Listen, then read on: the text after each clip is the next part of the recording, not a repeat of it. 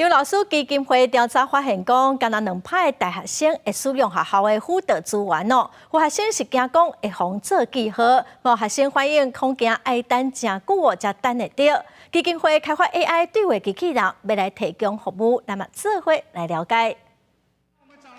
生活压力、操烦等等，拢有可能导致心理健康出状况。台湾的心理问题有少年化的趋势，长期在做心理咨询服务的张老师基金会，自去年推动行动咨询车的宽导计划，已经服务过18间大学，嘛发现敢若2派的大学生会去用校内辅导资源，然后有4成的学生是无愿意使用心理资源的。42%的学生他是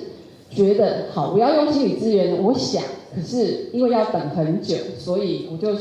就却步了。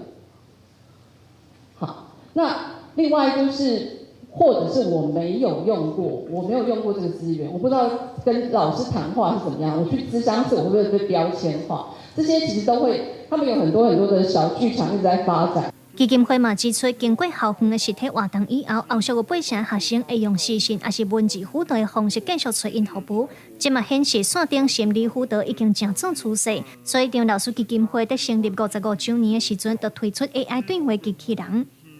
我觉得是不错的方法，只是他们都觉得说，在工作之外还要参与这些活动。